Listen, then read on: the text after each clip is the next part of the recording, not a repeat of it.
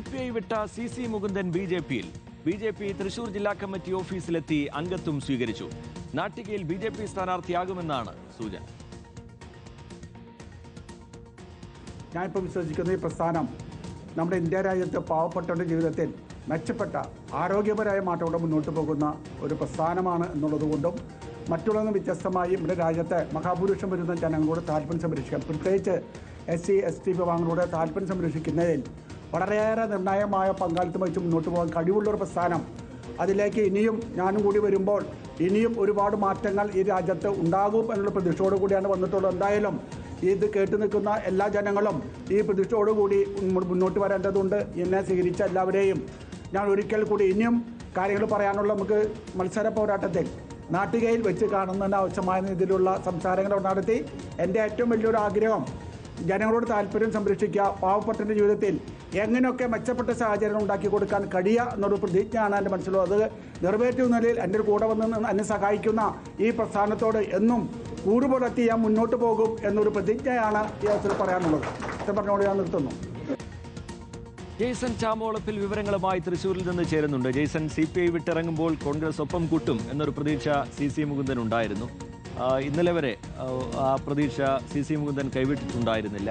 പക്ഷേ പ്രാദേശിക എതിർപ്പുകൾക്ക് മുമ്പിൽ കോൺഗ്രസ് നേതൃത്വം വഴങ്ങുകയാണ്. കോൺഗ്രസ് കൈവിട്ടു എന്ന് കണ്ട ഉടനെ തന്നെ BJPയിലേക്ക്. ജെയ്സൺ, CC മുകുന്ദൻ കഴിഞ്ഞ 9 വർഷമായി CPIയുടെ പ്രവർത്തകനായിരുന്നു, നേതാവായിരുന്നു, MLA ആയിരുന്നു, ജില്ലാ പഞ്ചായത്തിലേക്ക് മത്സരിച്ചു. അങ്ങനെ നിരവധി പദവികളിലൂടെയും പ്രവർത്തനങ്ങളിലൂടെയും കടന്നുവന്ന CC മുകുന്ദൻ ഇപ്പോൾ BJPയുടെ അംഗമായിരിക്കുന്നു. അതോടൊപ്പം തന്നെ നാട്ടികയിൽ BJPയുടെ സ്ഥാനാർത്ഥിയായിരിക്കുന്നു.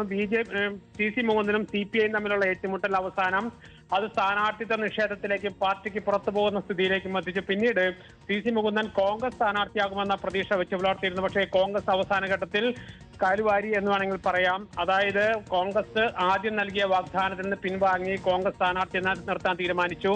അതോടുകൂടി രാഷ്ട്രീയ അഭയം, രാഷ്ട്രീയമായി അനാഥമാകുന്ന അവസ്ഥയിൽ BJPയുമായി കൈ കൊടുക്കുകയായിരുന്നു. അതോടുകൂടിയാണ് കഴിഞ്ഞ ദിവസങ്ങളിലെല്ലാം തന്നെ BJP നേതൃത്വം CC മുകുന്ദനുമായി സംസാരിക്കുന്നുണ്ടായിരുന്നു. പക്ഷേ ആദ്യഘട്ടത്തിലൊക്കെ CC മുകുന്ദൻ ആ നിർദ്ദേശങ്ങൾ തള്ളി. പക്ഷേ അവസാന ഘട്ടത്തിൽ മറ്റൊരു വഴിയില്ലാത്ത ഘട്ടത്തിലാണ് ഇപ്പോൾ BJPയുടെ സ്ഥാനാർത്ഥിയായി വന്നിരിക്കുന്നത്. പക്ഷേ ഏറ്റവും പ്രധാനപ്പെട്ട കാര്യം 5 വർഷം CPIയുടെ MLA, അതുപോലെ തന്നെ 10-50 വർഷത്തോളം കാലം ഈ മണ്ഡലത്തിൽ പ്രവർത്തകർ നേതാവുമായി പ്രവർത്തിച്ച CC മുകുന്ദൻ BJPയുടെ സ്ഥാനാർത്ഥിയായി എത്തുമ്പോൾ LDFന് അതെങ്ങനെ ബാധിക്കും എന്നതാണ് ഏറ്റവും പ്രധാനപ്പെട്ട ചോദ്യം. വരും ദിവസങ്ങളിൽ അതിനുള്ള ഉത്തരം കണ്ടെത്താനാകുമെന്നാണ് പ്രതീക്ഷ. ഏതായാലും അതിശക്തമായ മത്സരത്തിനാണ് നാട്ടിക കളമൊരുങ്ങിയിരിക്കുന്നത്. നിലവിലുള്ള MLA, CPIയുടെ MLA, LDF MLA, BJP MLA ആകുന്നു. മുൻ MLA ആയ ഗീതാ ഗോപി LDFന്റെ സ്ഥാനാർത്ഥിയാകുന്നു. അങ്ങനെ ആ സജീവമായ ഒരു തെരഞ്ഞെടുപ്പ് ഒരു ഗോതയിലേക്കാണ് നാട്ടിക ഇപ്പോൾ തയ്യാറെടുത്തിരിക്കുന്നത്. ഏതായാലും നേതാവായിരുന്നയാൾ, MLA ആയിരുന്നയാൾ, സജീവ പ്രവർത്തകനായിരുന്നയാൾ, നേതൃനിരയിലുണ്ടായിരുന്നയാൾ പോകുന്നത് കോൺഗ്രസിലേക്കല്ല BJPയിലേക്കാണ് എന്നതുകൊണ്ട് BJPയുടെ സ്ഥാനാർത്ഥിയാണാവുന്നത്. രാഷ്ട്രീയമായി അത് വിശദീകരിക്കുക CC മുകുന്ദൻ എളുപ്പമാവില്ലല്ലോ ജെയ്സൺ. രാഷ്ട്രീയമായ വിശദീകരണത്തിന് അപ്പുറത്ത് CC മുകുന്ദനെ സംബന്ധിച്ചിടത്തോളം കഴിഞ്ഞ കുറെ കാലങ്ങളായി CPIയുമായി ഏറ്റുമുട്ടലുണ്ടായിരുന്നു. പല നേതാക്കളുമായി അഭിപ്രായ വ്യത്യാസങ്ങളുണ്ടായിരുന്നു. പക്ഷേ പ്രശ്നങ്ങൾ പറഞ്ഞു തീർക്കാനുള്ള ശ്രമങ്ങൾ സംസ്ഥാന നേതൃത്വത്തിന്റെ ഭാഗത്തുണ്ടായിരുന്നു. ഒരു ഘട്ടം വരെ അത് തീർന്നതുമായിരുന്നു. പക്ഷേ CC മുകുന്ദനെ സീറ്റ് നിഷേധിച്ചതോടുകൂടി CC മുകുന്ദൻ ആ കാര്യത്തിൽ തന്റെ നിലപാടുമായി രംഗത്ത് വരികയായിരുന്നു. സംസ്ഥാന നേതൃത്വം, CPIയുടെ സംസ്ഥാന നേതൃത്വത്തിന് CC മുകുന്ദന് സീറ്റ് നൽകണം എന്ന് തന്നെയായിരുന്നു തീരുമാനമെന്നാണ് നാം മനസ്സിലാക്കുന്നത്. പക്ഷേ പ്രാദേശികമായ എതിർപ്പുകൾ അതിശക്തമാവുകയും അതിനുശേഷം മുൻ MLA ഗീതഗോപിക്ക് സീറ്റ് നൽകുകയും ചെയ്യുകയായിരുന്നു. അതോടുകൂടി CC മുകുന്ദൻ തന്റെ അഭിപ്രായ വ്യത്യാസങ്ങൾ തുറന്നു പറഞ്ഞ് ഗുരുതരമായ ആരോപണങ്ങൾ ഉന്നയിച്ച് പുറത്തു കടന്നു. ആദ്യം കോൺഗ്രസ് സ്ഥാനാർത്ഥിയാകുമെന്ന പ്രതീക്ഷയുണ്ടായിരുന്നു.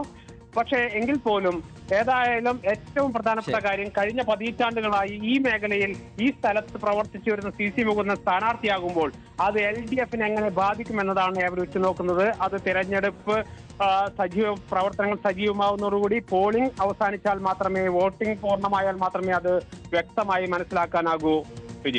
ശരി, ജെയ്സൺ ചാമോളപ്പിൽ വിശദാംശങ്ങൾ പങ്കുവെക്കുകയായിരുന്നു. എന്തായാലും ഈ നിയമസഭാ തെരഞ്ഞെടുപ്പിൽ ഏറ്റവും ശ്രദ്ധേയമായ മണ്ഡലങ്ങളിലൊന്നായി നാട്ടിക മാറും എന്നുള്ള കാര്യം ഉറപ്പാണ്.